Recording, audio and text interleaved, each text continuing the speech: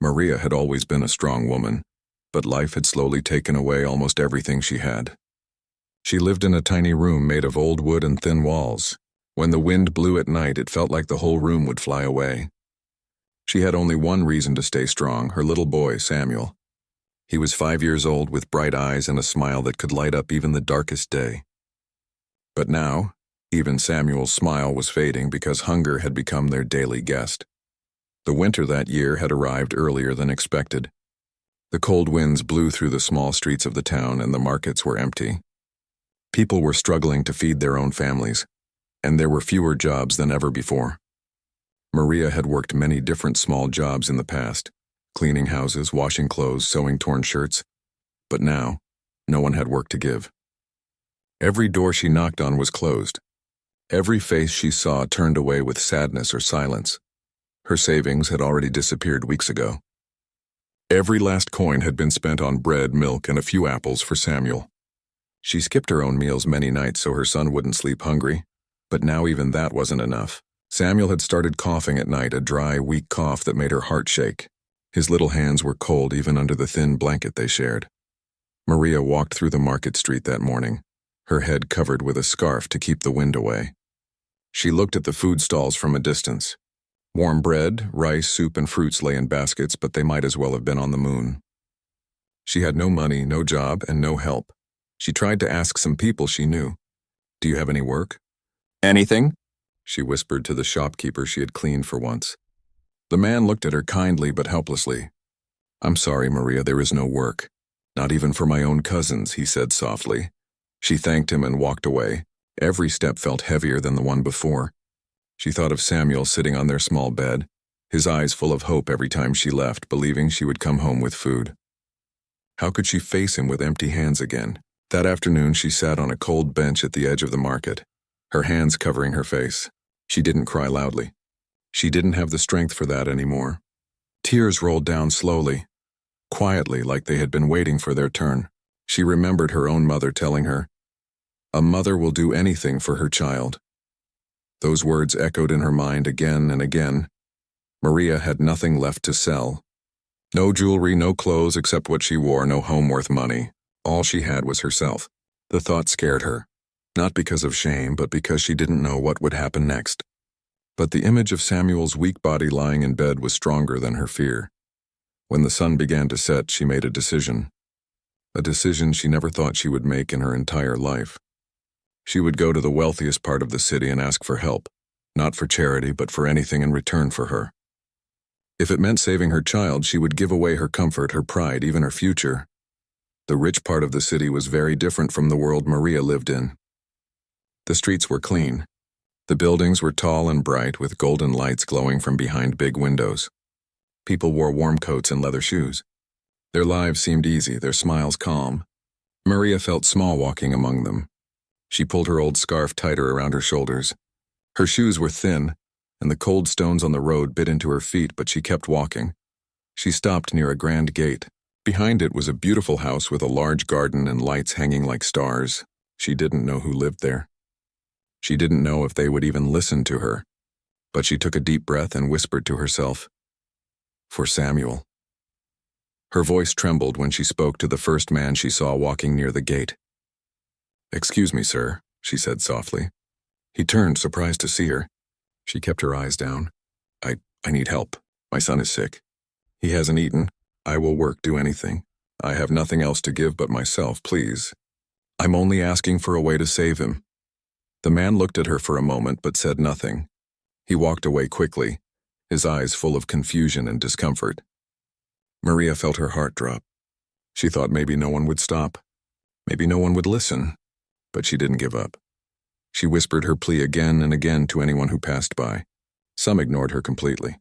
Some stared at her with cold, distant eyes. A few gave her small coins, but it wasn't enough to even buy a loaf of bread. The night grew colder and she stood there like a shadow on the street, shaking but determined. Then a man in a long black coat approached slowly. His steps were calm, not hurried like the others. His name was Alexander, though Maria didn't know that yet. He was a quiet man, a man people whispered about in town. He owned several businesses and was said to be wealthy, but he rarely spoke to anyone outside his small circle. Many people thought he was cold. In truth, he was just lonely. When he saw Maria standing near the gate, her hands folded in front of her, her scarf wet from the falling mist, something in his chest tightened. She wasn't shouting or begging loudly.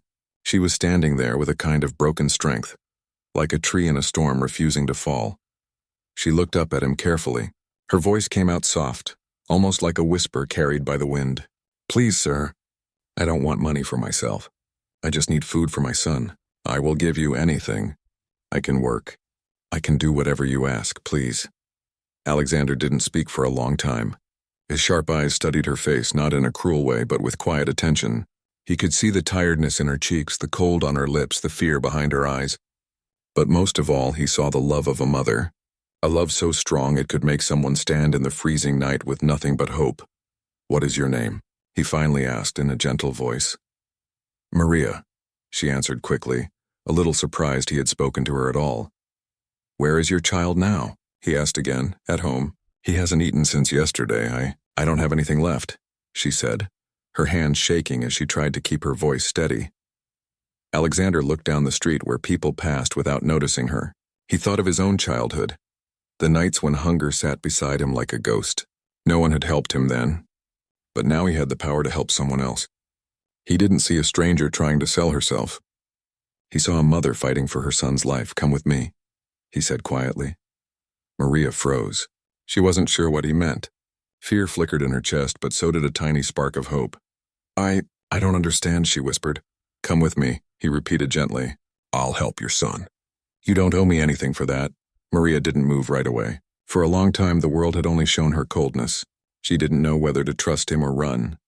But then she remembered Samuel's pale face, his tired voice when he said, "Mama, I'm hungry." Her heart made the choice for her. She followed Alexander through the gate.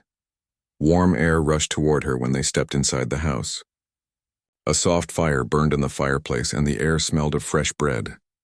For a moment, Maria felt like she was standing inside a dream. She had not felt warmth like this in years. Alexander gave her a seat and poured her a cup of hot tea. Her hands shook as she held it, the heat spreading through her cold fingers. "I will send food to your house right away," Alexander said as he took out his phone and made a quick call.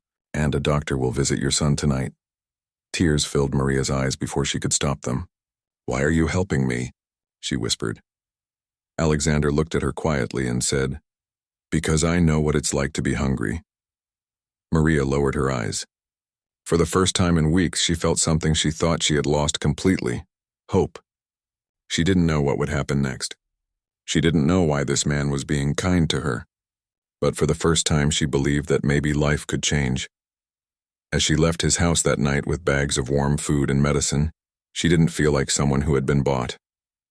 She felt like someone who had been seen, and that, more than anything else, gave her the strength to keep walking. The night sky above was still cold and dark, but inside Maria's heart, a small light had begun to shine. And that small light would change everything that came after. Maria walked through the dark streets holding the warm bags of food close to her chest. Snowflakes fell quietly around her, landing on her scarf and melting against her cheeks. The night felt softer than usual, not because the air had changed, but because something inside her heart had. For the first time in a long time, she was not walking home with empty hands. She walked with hope. When she opened the door to their tiny room, Samuel sat up quickly on the bed. His thin face brightened at the sight of the bags. "Mama," he said weakly, his little voice trembling with joy. "You brought food." Maria smiled and knelt beside him. She opened the bags carefully as if they were treasures. Inside was warm bread, soft soup in a container, fresh fruit, and a blanket that smelled like a real home. Samuel's eyes grew wide as she placed the bread in his small hands. He ate slowly at first, almost not believing it was real. Maria watched him, tears shining in her eyes, not from sadness but from relief. After he finished eating, she wrapped him in the warm blanket Alexander had given her. She gently brushed his hair back and whispered, "You're safe now, my little one." Samuel closed his eyes with a peaceful smile. Maria stayed awake most of the night, watching him breathe steadily.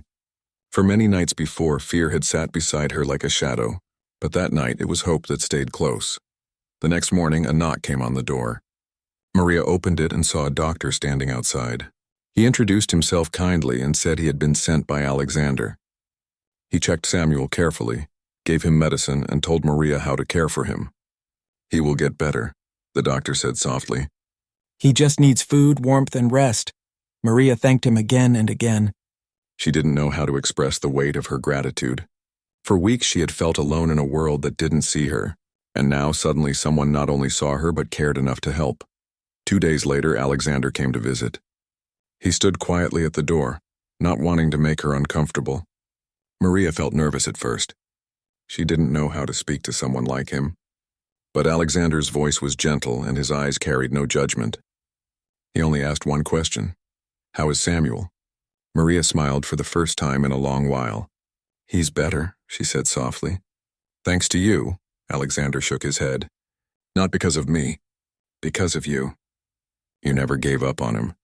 They stood for a while in silence. It was a peaceful kind of silence, the kind that didn't need to be filled with words. Then Alexander reached into his coat pocket and handed her a small envelope. Inside was enough money to buy food for weeks. Maria stared at it, unsure. "I can't take this," she whispered. "Yes, you can," Alexander replied calmly. "And you will. It's not a favor. It's a beginning." Maria didn't fully understand what he meant, but she held the envelope close. She felt something more than kindness in his words. It was respect. He didn't look at her like someone who needed saving. He looked at her like someone who mattered. Days turned into weeks. Samuel grew stronger, his cheeks turning rosy again. Laughter returned to their little room, soft and sweet like music. Every time Maria heard his laughter, her heart felt lighter. She worked a few hours cleaning houses to earn her own money again, slowly rebuilding the life she had lost. But Alexander never disappeared from their story. He visited often, not with grand gestures, but with quiet kindness. Sometimes he brought warm meals. Sometimes books for Samuel. Sometimes he just sat and talked to Maria about simple things, the weather, his garden, or how he'd grown up. He never made her feel small. He spoke to her as an equal. That alone was something Maria had almost forgotten how to feel. One evening, Alexander invited Maria and Samuel to his house for dinner. Samuel's eyes lit up at the thought of seeing the big house with lights like stars. Maria hesitated at first. She was not used to such places. But when she saw Samuel's excitement, she agreed. They walked to the house hand in hand. The gate that once felt like a wall between two worlds now looked like a door opening to a new chapter. Alexander welcomed them with a warm smile. The dining room was bright, the table filled with food. Samuel's eyes danced with joy as he tasted dishes he had never eaten before. Maria watched him, her heart full. After dinner, Samuel fell asleep on the couch, wrapped in a soft blanket. Maria and Alexander sat by the fireplace. The flames flickered gently, lighting their faces with a golden glow. "You've changed everything," Maria said softly, looking at the fire instead of him. "No," Alexander answered. "You changed it the moment you decided to fight for your son. I only helped a little." She turned to look at him then. There was no pride in his eyes, no expectation, just warmth. It was in that moment Maria realized something unexpected had grown between them. Not rushed, not forced, but quietly, like a flower growing in a forgotten garden. As months passed, Alexander offered her a job managing a small shop he owned. He said he trusted her more than anyone else. At first, Maria thought it was too much, but he reminded her of all the strength she had shown. She accepted the job with a grateful heart. Life slowly became steady. Maria worked during the day and Samuel went to school. Alexander became a part of their daily life, not as someone who rescued them, but as someone who cared deeply. People in town whispered about them, but Maria didn't let it bother her. She had learned that other people's whispers were softer than her own strength. One snowy evening, when the streets were quiet and the sky was full of falling snow, Alexander walked Maria and Samuel home after dinner. Samuel ran ahead, laughing and trying to catch snowflakes with his hands. Maria and Alexander walked slowly behind him. "Do you remember the first night we met?" she asked softly. Alexander nodded. "Yes, you were standing in the cold, but your eyes were stronger than the storm." Maria smiled. "I was afraid." "I know," he said gently. "But even then, I saw something in you I never saw in anyone else. You were ready to give everything for someone you loved. That kind of strength is rare." They walked the rest of the way in silence, but it was not an empty silence. It was the silence of two people who no longer needed words to understand each other. As the years passed, Maria's small room became a warm home. Samuel grew into a bright and cheerful boy. He often told his mother that the night she came home with bread was the night everything changed. Maria never forgot how dark that night had been, but she also never forgot the light that followed. She and Alexander grew closer with every passing season. Their bond was built not on grand promises, but on trust, respect, and shared kindness. Maria didn't belong to anyone. She stood tall on her own feet, but she chose to let Alexander into her heart because he had seen her not as someone to own, but someone to love. One spring afternoon, as flowers bloomed in the garden outside Alexander's house, Maria sat with Samuel on the porch. Alexander joined them with 3 cups of tea. Samuel laughed as they watched butterflies dance in the air. Maria looked around. The house that once seemed like a world she could never enter had become a place filled with her laughter and her son's dreams. She realized that love had come into her life not in a loud or dramatic way, but like a gentle wave that slowly changed the shape of the shore. That night, as Samuel slept soundly, Maria stood by the window and watched the stars. She remembered the freezing night she had stood outside the gate, desperate and alone, and now she was inside, not because she had been bought, but because she had been seen and respected. Alexander joined her at the window. "The stars look beautiful tonight," he said softly. "Yes," she whispered. "They do." Neither of them said anything more. They didn't need to. Their hearts spoke in a language that only quiet moments could carry. Maria knew life would still have its storms, but she also knew she would never face them alone again. Not because someone saved her, but because someone believed in her when the world had turned away, and that belief grew into something stronger than either of them had expected. Love that was born not out of pity or power, but out of kindness, trust, and shared dreams. Years later, Samuel would tell people that his mother was the bravest woman he ever knew. He would tell them that her love had changed both their lives. And Maria would smile, knowing that everything she went through had led to this quiet, beautiful ending. What began as a night of desperation turned into a life of hope. And in that journey, Maria discovered something she never thought she would find again. Not just a helping hand, but a love that saw her worth.